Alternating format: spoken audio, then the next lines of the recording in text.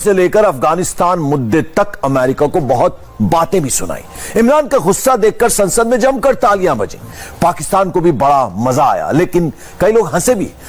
امریکہ ہمارا دوست ہے، کبھی یہ سنا ہے کہ آپ کا دوست اپنے ملک میں بمباری کر رہا ہو؟ کہ دنیا میں یہ سنا ہے کہ آپ کے ملک میں ڈرون اٹیکس کر رہے ہو؟ آپ کا اعلان ہے ملک میں اجازت دی گئی، گورنمنٹ سے جھوٹ بولا لوگوں سے کہ نہیں جی ہم مذمت کرتے ہیں ڈرون اٹیکس کی۔ ذلت دیکھیں کیا ہے کہ پہلے ان کو اجازت دے رہے ہیں، اتنا حوصلہ نہیں ہے کہ پبلک کو کہے کہ ہم نے اجازت دی ہوئی ہے، مذمت کر رہے ہیں جی ان کی۔ کوئی قوم کسی اور کی جنگ میں شرکت کر کے 70,000 اپنے لوگوں کی قربانی دیتی ہے۔ ہم نے اپنے آپ کو ذلیل کیا، ہمیں دنیا نے نہیں ذلیل کیا، ہم نے ذلیل کیا اپنے آپ۔ وزیر اعظم نے نیشنل اسمبلی میں 86 منٹ کی اسپیچ دی۔ چن چن کر عمران خان نے وہ سبھی مدے اٹھائے جو پاکستان کی عوام، کٹر پنتھیوں اور آتنکوادیوں کو بہت پسند ہیں۔ یہی وجہ ہے کہ عمران نے اپنی تقریر میں سب سے زیادہ وقت امریکہ، افغانستان اور ڈرون اٹیک کو دیا۔ وہ جو پیریڈ تھا اسد قیصر صاحب، اسپیکر صاحب، ہماری تاریخ کا سب سے، میں اگر مجھے سے کوئی پوچھے سب سے سیاہ وقت تھا۔ ہمیں پتہ ہی نہیں ہے کہ دشمن کون ہے، دوست کون ہے۔ امریکہ ہمارا دوست ہے، کبھی یہ سنا ہے کہ آپ کا دوست اپنے ملک میں بمباری کر رہا ہو؟ کہ دنیا میں یہ سنا ہے کہ آپ کے ملک میں ڈرون اٹیکس کر رہے ہو؟ آپ کا اعلان ہے۔ اچھا وہ جو لوگ مرتے تھے، جن کے بیوی بچے مرتے تھے جب بم پھٹتا تھا، وہ جا کے وہ بدلہ کس سے لیتے تھے؟ وہ پاکستانی فوج اور پاکستان سے، دونوں طرف پاکستانی مار رہے ہیں۔ امریکہ نے افغانستان میں ڈرون حملے کے لیے پاکستان سے ملٹری بیس کی ڈیمانڈ کی تھی۔ عمران ایک ٹی وی انٹرویو میں ایبسولوٹلی ناٹ کہہ کے منع کر چکے ہیں۔ صرف عمران ہی نہیں، کئی ایکسپرٹس بھی مانتے ہیں کہ ڈرون حملے سے بہت زیادہ فائدہ نہیں ہوا، اس لیے اسمبلی سے عمران نے ایک بار پھر ڈرون پر پاکستان کے من کی بات کی۔ اسپیکر صاحب ہمارا 30 سال سے بیٹھا ہوا ہے لندن کے اندر ایک دہشت گرد، اس کو ڈرون ماریں گے تو کیا وہ اجازت دے دیں گے ہمیں؟ اب سوچیں اگر انگلینڈ میں ہم ڈرون اٹیک کر دیں اس کے اوپر تو کیا اجازت دیں گے وہ ہمیں؟ تو اگر وہ نہیں اجازت دیں گے۔ میں صرف ایک چھوٹی سی چیز نریٹ کرنا چاہتا ہوں، یہ بڑا امپورٹنٹ ہے سمجھنے کے لیے کہ یہ کتنی بڑی خواب تھی پاکستان۔ یہ ہمیں سمجھنا چاہیے کہ ہمارا مقام کیا تھا، ہم نے کیا بننا تھا۔ اسپیکر صاحب جب مدینہ پہنچے، مدینہ میں پہلی 625 میں پہلی جنگ بدر ہوئی، 313 لڑنے والے، مشکل سے سروائیو کیا جنگ احد اور جنگ خندق میں۔ اس کے بعد 628 اور 629 دو خط لکھے انہوں نے، ایک بیزنٹائن ایمپائر کا جو سیزر تھا اس وقت ہرکلیس، اس کو لکھا، دوسرا جو پرشین ایمپائر اگلے سال لکھا جو کہ پرشین ایمپرر تھا، دو سپر پاورز تھی۔ انہوں نے کہا کہ میں اللہ کا پیغام لے کے آیا ہوں، اگر آپ اس پیغام پہ چلیں گے یہ آپ کی بہتری ہے۔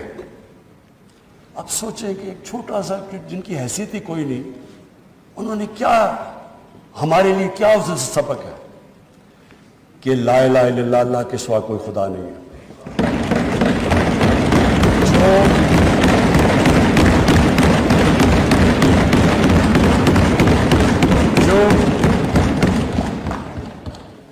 جو اللہ کے سامنے جھکتا ہے وہ کسی انسان کے سامنے نہیں جھکتا، چاہے وہ رومن ایمپرر ہو اور چاہے وہ پرشین ایمپرر ہو۔ اور کون سوچ رہا تھا کہ وہی جو بڑے ایمپائرز تھے، سپر پاورز تھی، وہ دیکھتے تھے یار وہ دیکھیں یہ تو آج تو ماڈرن ڈے ہے، ان دنوں میں تو اونٹ کی ٹریول تھی، تو سوچیں کہ اتنی تیزی سے وہ کیسے کولیپس کر گئے۔ دیکھیں جو لا الہ الا اللہ ہے نا، وہ انسان میں غیرت دیتا ہے، اور غیرت کے بغیر نہ کوئی انسان بڑے کام کرتا ہے، نہ آج تک قومی غیرت کے بغیر کوئی ملک اٹھا ہے۔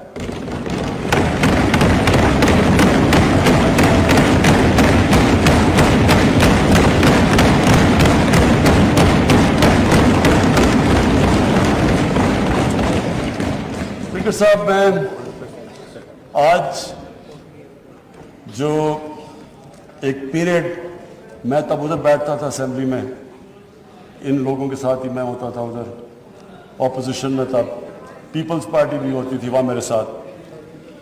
تو ایک ہم نے ایک ملک نے فیصلہ کیا کہ امریکہ کی وار آن ٹیرر جوائن کرنے کا.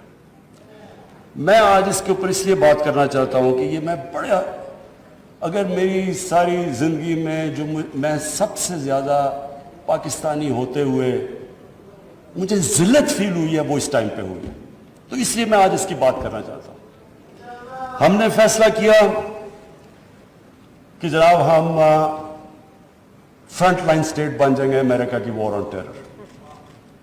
میں اس وقت ایک سیٹ تھی میری تب بھی, میں بار بار کہتا تھا کہ اس سے جنگ سے ہمارا تعلق کیا ہے؟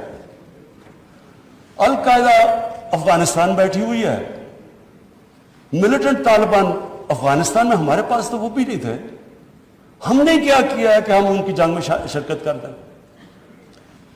وہ جو پیریڈ ہے وہ میں اس لیے چاہتا ہوں کہ ہم ہمیشہ کے لیے, میری قوم سیکھے. قوم, ایک انسان, ایک ادارہ آگے تب بڑھتا ہے جب اپنی غلطیوں سے سیکھتا ہے. وہ جو ہم نے حماقت کی, میں یہ چاہتا ہوں کہ میں ذرا پیریڈ آپ کو, کیونکہ میں نے شرکت کی اس میں, وہ جب میٹنگز ہو رہی تھی جب وہاں فیصلے کیے گئے, فیصلہ یہ کیا گیا کہ نہیں جی امریکہ بڑا ناراض ہے. لفظ استعمال کیا گیا جو اس میٹنگ میں ہوں گے, وونڈڈ بیئر ہے, کس طرف بھی ہاتھ مار دے گا, ہمیں کچھ بھی کر سکتا ہے, اس لیے ہمیں اس کی مدد کرنی چاہیے. ہاں مدد کریں, دہشت گردی ہوئی تھی, ہمیں ان کی مدد کرنی چاہیے. لیکن جو ہم نے کیا اس کے بعد, کوئی قوم کسی اور کی جنگ میں شرکت کر کے 70,000 اپنے لوگوں کی قربانی دیتی ہے. 150 ارب ڈالر اپنے ملک سے, اس سے بھی زیادہ گیا ہوگا, ہمیں پتہ ہی نہیں ہے, کیونکہ یہاں تو کوئی کرکٹ ٹیم نہیں آتی رہی. انویسٹر نے کہا نا پاکستان, یہاں تو ملک کو انہوں نے کہہ دیا the most dangerous place in the world. تو ہم نے جو وہ کہتے رہے ہم کرتے گئے. ایک ٹامی فرینکس ان کا کوئی جنرل تھا, اس کی کتاب میں نے اس میں ایک سینٹنس پڑھا, اس نے کہا کہ we knew Musharraf was vulnerable so we kept pushing him. وہ جو وہ کہیں ہم کرنے کے لیے تیار ہو جائیں. لوگ اپنے وہاں پکڑا دیے, ان کو پکڑ کے گوانٹانامو میں بھجوا دیے. اپنی کتاب میں لکھا مشرف نے کہ میں نے پیسے دے کے لوگوں کو بھجوایا. کس قانون کے تحت؟ یعنی جو اپنے لوگوں کی, اپنی قوم کی, اپنے لوگوں کی, اگر وہ حکومت ہی ان کی حفاظت نہیں کرتی تو اور کس نے ان کی حفاظت کرنا ہے؟ پکڑا دیا جناب امریکہ کو, گوانٹانامو میں پہنچا دیا.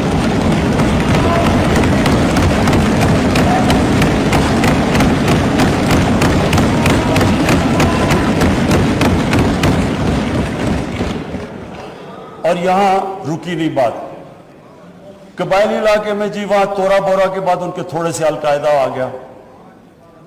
القاعدہ تورا بورا کے بعد آ گئے. اوپن بارڈر تھا قبائلی علاقے میں, ہمیں انہوں نے حکم کیا کہ آپ جا کے ان کو اپنی فوج بھیجو قبائلی علاقے میں.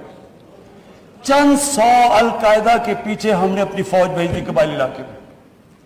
اب جب فوج قبائلی علاقے میں جائے گی, وہ اپنے لوگ تھے ادھر, جو پھر ادھر سے وہ ڈرون اٹیک کریں, وہاں ہمارے شہری مر جائیں, ادھر ہماری فوج جس کو پتہ ہی نہیں کہ کس کے پیچھے جا رہے ہیں, چند 100 لوگوں کے پیچھے قبائلی علاقے میں گئے.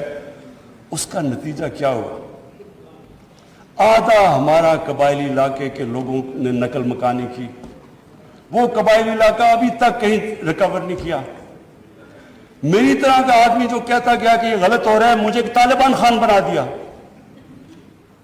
یعنی وہ میں جب کہتا تھا افغانستان میں کوئی ملٹری سلوشن نہیں, جناب یہ پرو طالبان ہے. وہ جو پیریڈ تھا اسد قیصر صاحب, اسپیکر صاحب, ہماری تاریخ کا سب سے, میں اگر مجھے سے کوئی پوچھے, سب سے سیاہ وقت تھا. ہمیں پتہ ہی نہیں ہے کہ دشمن کون ہے, دوست کون ہے.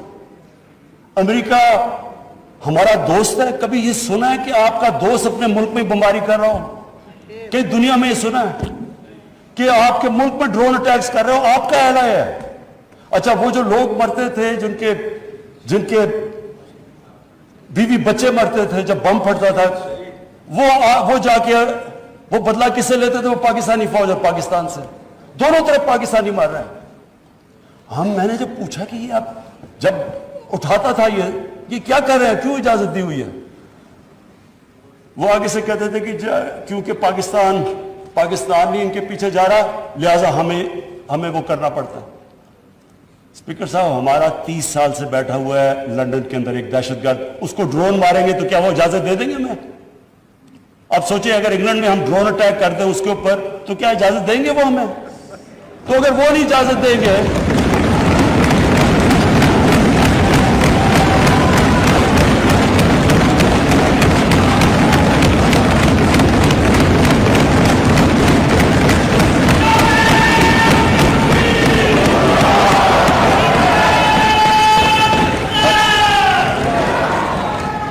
स्पीकर साहब, अगर वो इजाजत नहीं देंगे तो हमने क्यों इजाजत दी? क्या हम सब ह्यूमन हैं? हम आधे इंसान हैं? या क्या हमारी कोई वैल्यू हमारी जान की नहीं जो उतनी की? हमारे मुल्क में इजाजत दी गई, गवर्नमेंट से झूठ बोलवा लोगों से कि नहीं जी हम मजम्मत करते हैं ड्रोन अटैक्स की। जिल्लत देखें क्या है कि पहले उनको इजाजत दे रहे हैं और इतना हौसला नहीं है कि पब्लिक को कहे कि हमने इजाजत दी हुई है, मजम्मत कर रहे हैं जी उनकी। एक मीटिंग हुई, ओपन हियरिंग हुई सेनेट के अंदर। उस मीटिंग के अंदर सेनेटर कार्ल लेवन पूछता है एडमिरल मलन से कि आप ये क्यों पाकिस्तान में ये ड्रोन अटैक्स कर रहे हैं जब पाकिस्तानी हुकूमत मजम्मत करती है? एडमिरल मलन ओपन हियरिंग के अंदर कार्ल लेवन को कहता कि हम पाकिस्तान हुकूमत की इजाजत से कर रहे हैं।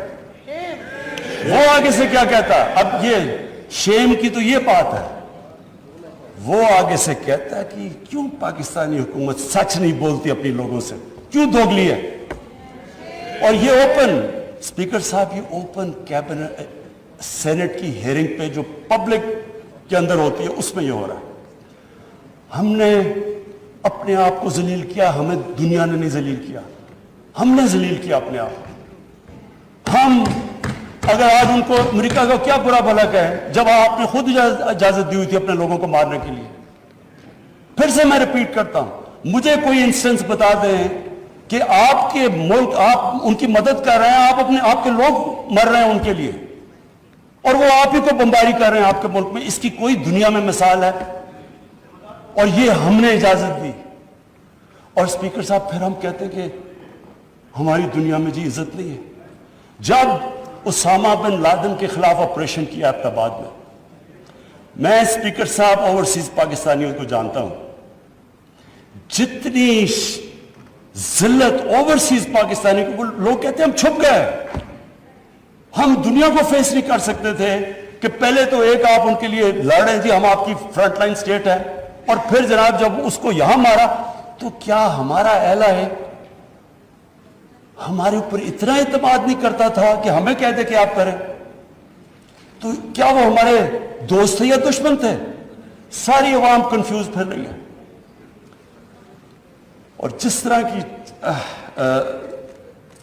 स्पीकर साहब, जिस तरह की चीजें उन दिनों में हुई, हमारी जनाब सारी सेल्फ एस्टीम खत्म हो गई। मुझे याद है एक नई चीज निकलाई, एनलाइटेड मॉडरेशन। हमने जी एक कॉइन कर दिया कि हम तो बड़े मॉडरेट लोग हैं। और मॉडरेट क्या है? एनलाइटेड मॉडरेशन। अच्छा, अब एनलाइटेड मॉडरेशन की अवाम को क्या समझ आनी है? मुझे भी अभी तक नहीं समझ की क्या चीज है। लोगों ने इसका समझा क्या? क्योंकि हमारी लीडरशिप इतनी मुतासिर थी, लोगों ने क्या कहा जी, सारों ने सूट पहन लिया और अंग्रेजी बोलनी शुरू कर दी। टीवी प्रोग्राम पे जाते थे, जो भी जाता था पहले बैठ के अंग्रेजी बोलता था कि मैं एनलाइटेड मॉडरेट हूं, फिर उर्दू शुरू करता था। यानी एक मुल्क की इज्जत नफ्स ही खत्म करके रख कि हमें अपने आप से शर्म आनी शुरू हो गई कि जो हम पता नहीं दहशतगर्द है। और स्पीकर साहब,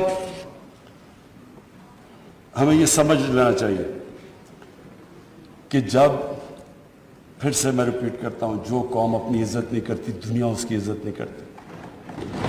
हमें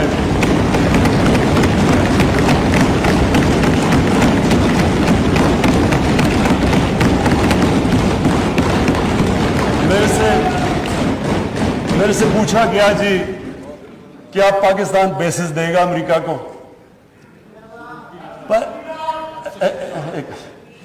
دیکھیں میں اگلا سوال تو اسے یہ پوچھوں کہ جب ہم نے اتنی سروس دی، 70,000 لوگ ہمارے گئے، $150 ارب ہم نے اپنے ملک کا نقصان کر دیا، کیا انہوں نے ہماری تعریف کی؟ کیا انہوں نے اکنالج کیا کہ کتنی قربانی دی ہے پاکستان نے؟ کوئی دنیا میں ملک ہے جس نے کسی اور کے لیے اتنی قربانی دی ہو؟ انہوں نے الٹا برا بھلا کہا، دوگلے ہو تم۔ انہوں نے کہا جی افغانستان میں دوگلی گیم کر، افغانستان کی جنگ نہیں جیت رہا، وہ بھی ہمارے پہ ڈال دیا۔ یعنی بجائے کہ اپریشیٹ کرنا، الٹا پاکستان کو برا بھلا کہا گیا۔ تو اسپیکر صاحب اس سے ہم نے ایک سبق سیکھا، کبھی اس قوم نے کسی کے لیے کسی خوف سے ہم نے اپنی ساورنٹی کے اوپر کمپرومائز نہیں کرنا۔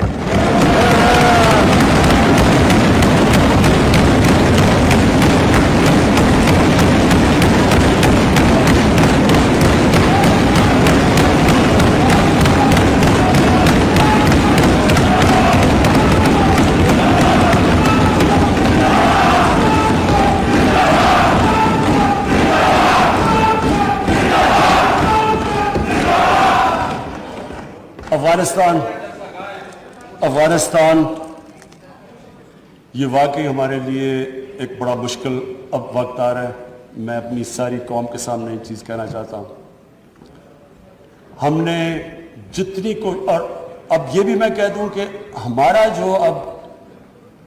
جو ہمارا اور امریکہ کا اس وقت انٹرسٹ ہے وہ ایک ہی افغانستان میں۔ وہ بھی شکر ہے اتنی دیر کے بعد اس نتیجے پہ آ گئے ہیں کہ افغانستان میں ملٹری سلوشن نہیں ہے۔ جلدی آ جاتے تو شاید اتنا زیادہ خون نہ ہوتا۔ شکر ہے اب آ گئے ہیں، لیکن ہم تو اس سے پہلے ہمیں اس چیز پہ آ جانا چاہیے تھا، کیونکہ ہم تو جانتے ہیں افغانیوں کو، ہمارے بھائی ہیں، ہمیں ان کی تاریخ پتہ ہے۔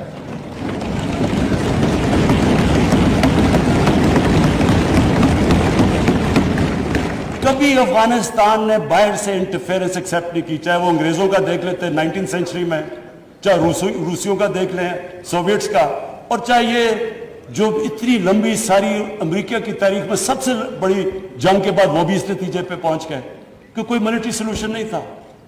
ہمیں اگر ہم پرو ایکٹیو ہوتے، ہم اس وقت ایک خوددار حکومت کھڑی ہو کے کہتی کہ یہ آپ بالکل غلط کر رہے ہیں، اگر ہم کرتے ہم ان کو بچا لیتے، ادھر سے بھی خون کو بچا لیتے جو ہوا ہے وہاں افغانیوں کا، اور دوسری طرف ان کو بھی ایک بہتر ٹائم پہ یہ نکل سکتے تھے۔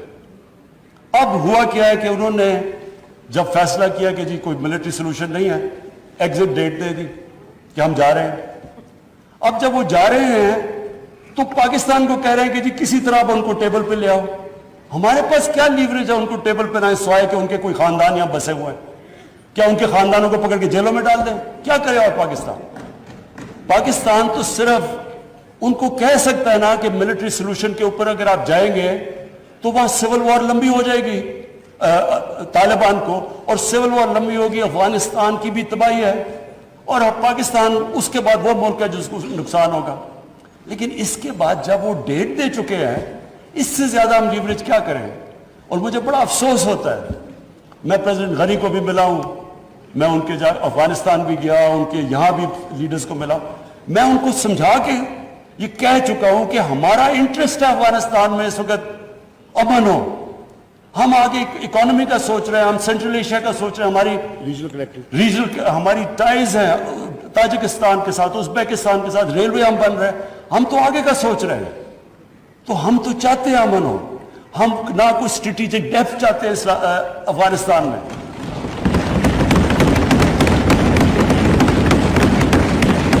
ہم نہ کوئی فیوریٹس چاہتے ہیں، نہ ہم کوئی پارٹیز کو چوز کرنا چاہتے ہیں، جو افغانستان کے لوگ چاہتے ہیں ہم ان کے ساتھ ہیں۔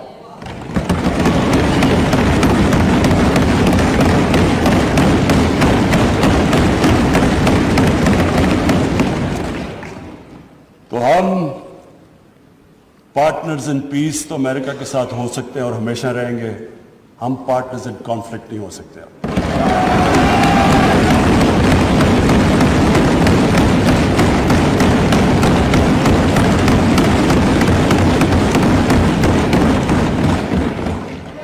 स्पीकर साहब, अब मैं सिर्फ दो आखिर में अपील करना चाहता हूँ.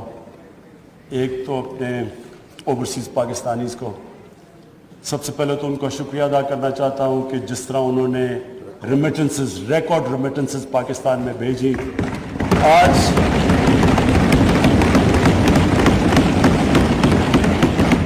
आज 20 अरब डॉलर का करंट अकाउंट जो डेफिसिट आज 11 महीने से सरप्लस में चला गया है, वो ना होता कि अगर वो इस तरह पाकिस्तान की मदद ना करते इस मुश्किल वक्त पर, और हमें उन्होंने जिस तरह रेमिटेंसेस भेजी. आगे जो मैं प्रॉब्लम देख रहा हूँ, जैसे जैसे हमारी इकॉनमी ग्रो कर रही है, जो प्रॉब्लम आना है हमारे करंट अकाउंट के ऊपर आना है. यानी कि हमारी जैसे इंपोर्ट्स बढ़ती जाएंगी, इकॉनमी ग्रो करती जाएगी, तो प्रेशर आना है हमारे रुपए के ऊपर और करंट अकाउंट के ऊपर. तो शॉर्ट टर्म के अंदर मैं ओवरसीज पाकिस्तानीज को ये कहना चाहता हूं कि पाकिस्तान ये आपका मुल्क है. आपने देख लिया कि बाहर जाके जो भी दुनिया में आप बाहर चले जाए, अपने मुल्क जैसी कोई जगह नहीं है. मैंने आज बड़ी एक तकलीफ दे आज मैंने स्टोरी पढ़ी. कनाडा के अंदर एक तो पहले पाकिस्तानी खानदान को उन्होंने एक गाड़ी, उनका जो इंतहा पसंद था, उसने गाड़ी चढ़ा दी. अब कल मैंने आज पढ़ा अखबार में कि 30-32 साल का पाकिस्तानी नौजवान जो वहां गया हुआ था अपनी फैमिली को लेकर, वो ये उसकी आज बयान था, उसको चाकू मारा उन्होंने और वो हॉस्पिटल में. वही रेसिस्ट, ये जो इस्लामोफोबिया की वजह से जो वहाँ के रेसिस्ट हैं. तो उसने जो स्टेटमेंट दी, मैं सिर्फ ये कहना चाहता हूँ कि वो हमारे लिए बड़ी तकलीफ है. उसने कहा कि देखें, मैं तो यहाँ रोजी कमाने आया था, अब मुझे खतरा हो गया अपनी बीवी और बच्चों को. तो ये सारे ओवरसीज पाकिस्तानियों को मैं आज कहना चाहता हूँ कि देखें, हम बदकिस्मती से आपको नौकरियां यहाँ नहीं दे सके, आपको बाहर जाना पड़ा, और आप वहाँ काम भी अच्छा कर रहे हैं, कि बड़े एक्सेल कर चुके हैं.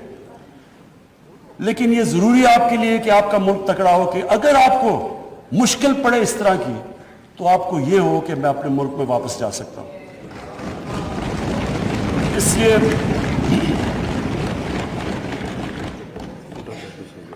काशिफ उस लड़के का नाम था. तो मैं ये चाहता हूं कि हमारे ओवरसीज, अब हम पाकिस्तान सही रास्ते पर निकला हुआ है. मैं चाहता हूं कि आप पूरी तरह इस मुल्क की इसमें इन्वेस्ट करें, बिजनेसेस खोलें. हम अब पूरी तरह, मैं खुद लीड कर रहा हूं कि हम हर किस्म की रुकावटें दूर करें आपके लिए, रेगुलेशंस कम करें, ईज ऑफ डूइंग बिजनेस करें, ताकि आप आएँ, बैंकों में हमारे पैसे रखवाएं. क्योंकि ये जो शॉर्ट टर्म हमारा करंट अकाउंट के ऊपर जो प्रेशर पड़ेगा, वो सिर्फ और सिर्फ ओवरसीज पाकिस्तानी शॉर्ट टर्म में कर सकते हैं. उसके बाद फॉरेन इन्वेस्टमेंट भी है, हमारी एक्सपोर्ट्स. मुझे बड़े फख्र से मैं कहता हूं कि जो एक्सपोर्ट्स के अंदर अब जो ऊपर गई है, तो हम आहिस्ता आहिस्ता तो सही रास्ते पर निकल चुके हैं कि एक्सपोर्ट लेड ग्रोथ. लेकिन थोड़े वक्त के लिए मैं अपने ओवरसीज पाकिस्तानी को अपील करूंगा. और उसके बाद मैं अपनी कौम से, अब मैं ये मेरे लिए काफ़ी मुश्किल चीज़ है ये जो मैं कहना चाहता हूँ कि देखें, जब एक मुल्क का सरबरा बाहर जाके दूसरे मुल्कों में मुल्क के लिए कर्जे या पैसे लेना चाहता है, ये मेरी 3 साल में 2 महीने कम जो अभी पीरियड गुजरा है, सबसे मुश्किल पीरियड होता है कि आप लोगों से जाके कर्जे मांग रहे हैं, पैसे मांग रहे हैं मुल्क के लिए. ये चले मेरे लिए तो है मुश्किल, लेकिन ये कौम नीचे जाती है. जिस कौम का लीडर जाके पैसे मांग रहे हैं, वो कौम की क्या हैसियत है. तो मैं अपने लोगों से कहना चाहता हूं कि देखें, आप सब चाहते हैं कि पाकिस्तान अजीम कौम हो. आप वो लोग हैं जो दुनिया में 4-5 मुल्क हैं जो सबसे ज्यादा खैरात देते हैं. ये वो मुल्क है, और मैं सबसे बड़ा रेसिपिएंट हूं. शौकत हरम के लिए पैसे इकट्ठे करता हूं, नमल यूनिवर्सिटी के लिए पैसे इकट्ठे करता हूं, 2 हॉस्पिटल बन चुके, तीसरा कराची में सबसे बड़ा हॉस्पिटल, सबके लिए पैसे देते हैं. इतने खुले दिल के लोग नहीं है दुनिया में जितने ये हैं.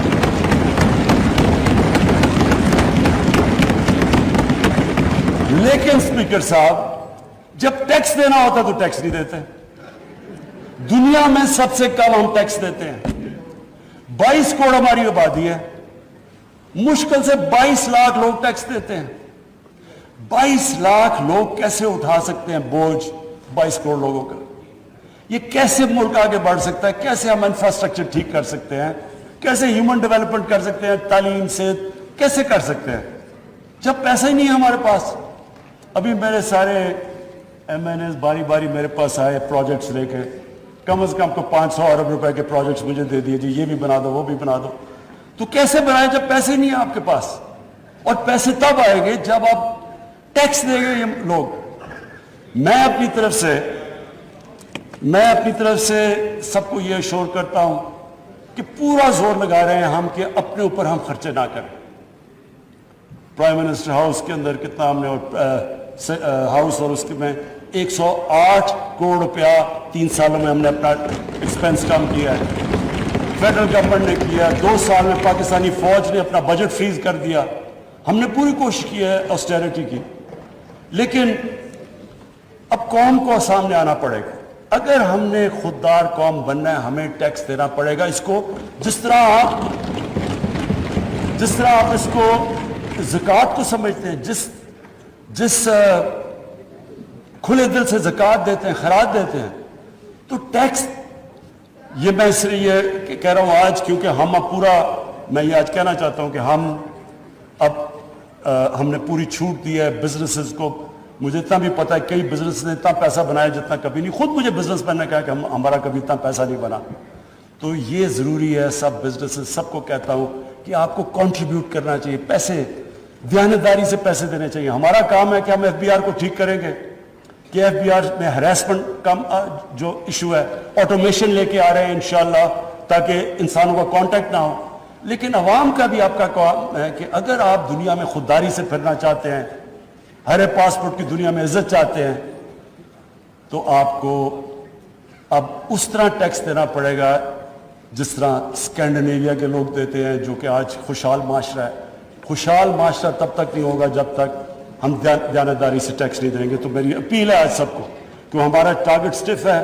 हमने तकरीबन 6000 अरब रुपया इकट्ठा करना है टैक्सेस में, 5800 अरब रुपया हमने इकट्ठा करना है जो हमारा टारगेट है। इसके ऊपर हम ये जो नया हमने अब फैसला किया है कि जिस तरह अमेरिका के अंदर टैक्स फ्रॉड का मतलब जेल, टैक्स फ्रॉड किया आप जेल में गए, या हम करने लगे थे, लेकिन हमें आया कि जी FBR को लोगों को इत्मीनान नहीं। अब फाइनेंस मिनिस्टर के नीचे कमेटी बनेगी, जो विलफुल टैक्स डिफॉल्ट होगा हम उसको जेल में डाल देंगे। क्योंकि अगर हमने ये ना पैसा इकट्ठा किया, अभी भी हम IMF प्रोग्राम में हैं, उन्होंने उसके बाद हमें कहना है कि जी इसके ऊपर टैक्स लगाओ और GST लगाओ और चीजों के ऊपर और खाने, तो लोग तकलीफ में जाएंगे। तो लोगों के आप सबके इंटरेस्ट पे है कि अगर हम सारे लोग थोड़ा थोड़ा टैक्स दे देंगे तो हमारा टारगेट पूरा हो जाएगा और फिर हमें लोगों के ऊपर मुश्किलें नहीं डालनी पड़ेंगी। आखिर में बस स्पीकर साहब मैं अपनी कंक्लूड करता हूं तकरीर के, हमारा एक इशू है पाकिस्तान का जो कश्मीरियों के साथ जो जुल्म है इस वक्त, हिंदुस्तान की हुकूमत जुल्म कर रही है। मैं आज उसके इसलिए बात करना चाहता हूं कि 5 अगस्त, उससे पहले भी कश्मीरियों के ऊपर हिंदुस्तान की हुकूमत जुल्म कर रही थी। पैलेट गन्स का इस्तेमाल, लोगों को उठा लेना, उनको एक ऐसा ट्रीट करना जैसे जब से ये बीजेपी की हुकूमत आई है, ये जो RSS का एजेंडा है, उनको हर किस्म की तकलीफ में था। लेकिन 5 अगस्त के बाद जुल्म की इंतहा हो गई। तो मैं आज इस प्लेटफॉर्म से इसलिए उनका नाम लेना चाहता हूं कि उन्होंने बड़ी कुर्बानियां दी। मैं उनके जज्बे को सलाम पेश करना चाहता हूं अपनी सारी कौम की तरफ से।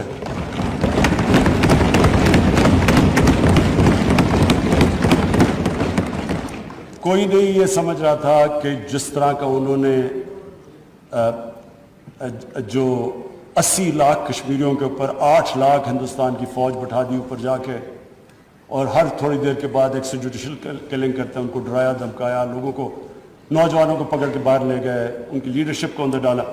کوئی نہیں سمجھ رہا تھا کہ وہ سٹینڈ لے وہ کھڑے ہوں گے. تو آج اس ہال سے میں کہنا چاہتا ہوں کہ سارا پاکستان ان کشمیر، ان دلیر کشمیریوں، ان کی خاص طور پہ خواتین جس طرح وہ کھڑی ہوتی ہیں، جس طرح وہ باہر جاتی ہیں، ڈیمونسٹریٹ کرتی ہیں، ان کے جو بچے ہیں، نوجوان ہیں، ہم سب ان کے ساتھ کھڑے ہیں.